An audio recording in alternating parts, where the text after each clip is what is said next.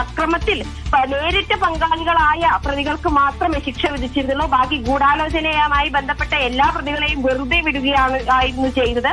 അത് തന്നെയാണ് ഈ പ്രോസിക്യൂഷനും ഇപ്പോൾ ചോദ്യം ചെയ്തിട്ടുള്ളത്. ഗൂഢാലോചനയിൽ തെളിവുകൾ ഉണ്ടെന്നും അത്തരത്തിൽ വെറുതെ വിടുന്നതിനെ ചോദ്യം ചെയ്തുകൊണ്ടാണ് ഈ അപ്പീൽ വരുന്നത്. ഇത് കൂടാതെ തന്നെ ഈ പ്രധാന പ്രതികൾക്ക് തന്നെ വളരെ തുച്ഛമായ ശിക്ഷയായിരുന്നു ഉണ്ടായിരുന്നത്, വെറും 20 വർഷം തടവും. ഇതിലെല്ലാ മിനിമം ഒരുവിധം എല്ലാ പ്രതികളും തന്നെ 5-6 വർഷം ജയിലിൽ കഴിഞ്ഞതാണ്. അതിനുശേഷം അപ്പോൾ വളരെ തുച്ഛമായ കാലം മാത്രമാണ് അവർക്ക് വീണ്ടും ഈ ജയിൽ ശിക്ഷ അനുഭവിക്കേണ്ടി വരിക. അപ്പോൾ ഇതിനെയും കൂടി ചോദ്യം ചെയ്തുകൊണ്ടാണ് ഇപ്പോൾ സംസ്ഥാന സർക്കാർ ഹൈക്കോടതിയെ സമീപിച്ചിട്ടുള്ളത്. എന്തായാലും ഈ ആഴ്ച തന്നെ ഇതുമായി ബന്ധപ്പെട്ട മറ്റു കാര്യങ്ങൾ എന്തായിരിക്കും, ഹൈക്കോടതിയുടെ ഭാഗത്തു നിന്നും ഏത് രീതിയിലാണ്, ഏത് ദിവസമാണ് ഇത് പരിഗണിക്കുക എന്നുള്ള രീതിയിലുള്ള കാര്യങ്ങളെല്ലാം തന്നെ ഉടൻ അറിയാൻ സാധിക്കും. എന്തായാലും ഇത് കൂടാതെ തന്നെ ഈ ഏറ്റവും പ്രധാനമായി മറ്റൊരു കാര്യം അറിയാൻ കഴിയുന്നത്, ഈ അന്വേഷണത്തിനെതിരെയും കൃത്യമായ ഗുരുതരമായ ആരോപണങ്ങൾ സർക്കാർ ഉന്നയിച്ചിട്ടുണ്ട്. ഈ അന്വേഷണ ഉദ്യോഗസ്ഥരെയും ചോദ്യം ചെയ്യുന്ന രീതിയിൽ വളരെ ഗുരുതരമായ കാര്യങ്ങൾ ഉന്നയിച്ചിട്ടുണ്ട് എന്നുള്ളതാണ് അറിയാൻ കഴിയുന്നത്. സേഫു, എറണാകുളം പ്രിൻസിപ്പൽ സെഷൻസ് കോടതി ജഡ്ജ് ഹണി എം വർഗീസിന്റെ വിധിയെ ചോദ്യം ചെയ്തുകൊണ്ടാണ് ഇപ്പോൾ സംസ്ഥാന സർക്കാർ ഹൈക്കോടതിയിൽ അപ്പീൽ സമർപ്പിച്ചിരിക്കുന്നത്. ക്രിമിനൽ ഗൂഢാലോചന കുറ്റം ആരോപിക്കപ്പെട്ടിരുന്ന 8ാം പ്രതി നടൻ ദിലീപിനെ തെളിവുകളുടെ അഭാവത്തിൽ കോടതി കുറ്റവിമുക്തനാക്കിയിരുന്നു. ആ നടപടി ചോദ്യം ചെയ്തുകൊണ്ടും കൂടിയാണ് ഇപ്പോൾ സംസ്ഥാന സർക്കാർ ദിലീപിനെതിരെ അപ്പീൽ നൽകിയിരിക്കുന്നു ഹൈക്കോടതിയിൽ എന്നുള്ളതാണ് ഏറ്റവും പ്രധാനപ്പെട്ട കാര്യം. 1ാം പ്രതി പൾസർ സുനി ഉൾപ്പെടെയുള്ള 1 മുതൽ 6 വരെയുള്ള പ്രതികൾ മാത്രമാണ് കുറ്റക്കാരെന്നാണ് കോടതി കണ്ടെത്തിയിരുന്നത്. എന്ന് വെച്ചാൽ എറണാകുളം പ്രിൻസിപ്പൽ സെഷൻസ് കോടതി കണ്ടെത്തിയിരുന്നത്. അവർക്ക് 20 വർഷത്തെ തടവായിരുന്നു വിധിച്ചിരുന്നത്. 6 പ്രതികൾ 1 മുതൽ 6 വരെയുള്ള പ്രതികൾക്ക് 20 വർഷം കഠിന തടവും 50,000 രൂപ പിഴയുമായിരുന്നു ശിക്ഷ.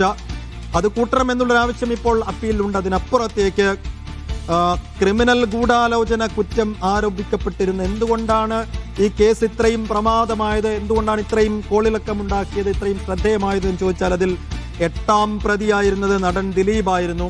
ആ നടൻ ദിലീപിനെ തെളിവുകളുടെ അഭാവത്തിലാണ് എറണാകുളം പ്രിൻസിപ്പൽ സെഷൻസ് കോടതി വെറുതെ വിട്ടിരുന്നത്.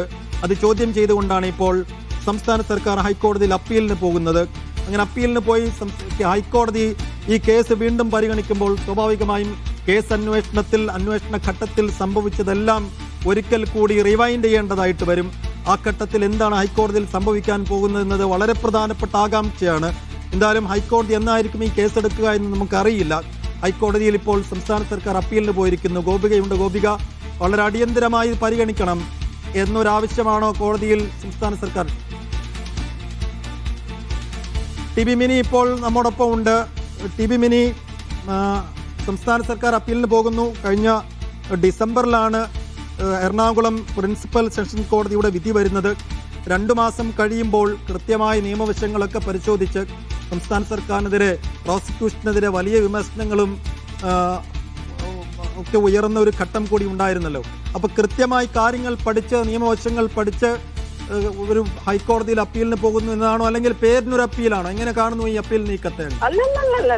അയ്യോ, അതായത് ഈ കേസില് ഏറ്റവും നന്നായി കാര്യങ്ങൾ കൈകാര്യം ചെയ്യുകയും ഇതില് വളരെ സിൻസിയറായിട്ട് ഈ കുറ്റവാളികളാണെങ്കിൽ അവരെ ശിക്ഷിക്കണം എന്ന് കരുതിയും വർക്ക് ചെയ്ത ഒരു പ്രോസിക്യൂഷനാണ് ഇപ്പോൾ ഈ കേസിലുള്ളത്. ഈ DG പ്രോസിക്യൂഷന്റെ ഭാഗത്തുനിന്ന് ഹൈക്കോടതിയിൽ നിന്നും ആ നിലയിലുള്ള ഒരു സഹകരണം തന്നെ ഉണ്ടായിരുന്നു. ഇപ്പോ 10 ദിവസത്തിൽ താഴെയേ ഞാൻ കോടതിയിൽ ഉണ്ടാവുന്നുള്ളൂ എന്ന ഒരു കമന്റ് പോലും അനാവശ്യമായും വസ്തുതാവിരുദ്ധമായിട്ടും കേൾക്കേണ്ടി വന്ന ഒരാളാണ് ഞാൻ. കാരണം എത്രയോ കാലങ്ങളായി ആ കേസിന് രാവും പകലും ഇല്ലാതെ പണിയെടുത്ത് നടക്കുന്ന ഒരാളാണ് ഞാൻ. അതില് ഒരുപക്ഷെ അഡ്വക്കേറ്റ് എന്ന നിലയിലുള്ളതിനേക്കാൾ കൂടുതലായിട്ടുള്ള ഒരു സിൻസിയർ ആയിട്ടുള്ള ഒരു അപ്രോച്ച് എനിക്കതിൽ ഉണ്ടായത് കൊണ്ടാണ് എന്നെ ഈ രീതിയിൽ പ്രയാസത്തിലാക്കുന്ന കാര്യങ്ങളൊക്കെ ഉണ്ടായത്. എന്നാലും ഇപ്പോ ഈ പ്രോസിക്യൂട്ടർ, നേരത്തെ ആളുകൾ പറഞ്ഞത് 90 ദിവസം എന്ന് പറയുന്ന ഒരു കാലാവധിയാണ് അക്യൂറ്റലിനെതിരായിട്ട് അപ്പീൽ കൊടുക്കാനുള്ള കാലാവധിയായിട്ടുള്ളത്. ചില ആളുകൾ പറഞ്ഞു അത് 60 ദിവസം എന്നൊക്കെ പറഞ്ഞു. പക്ഷെ അത് 90 ദിവസമാണ്.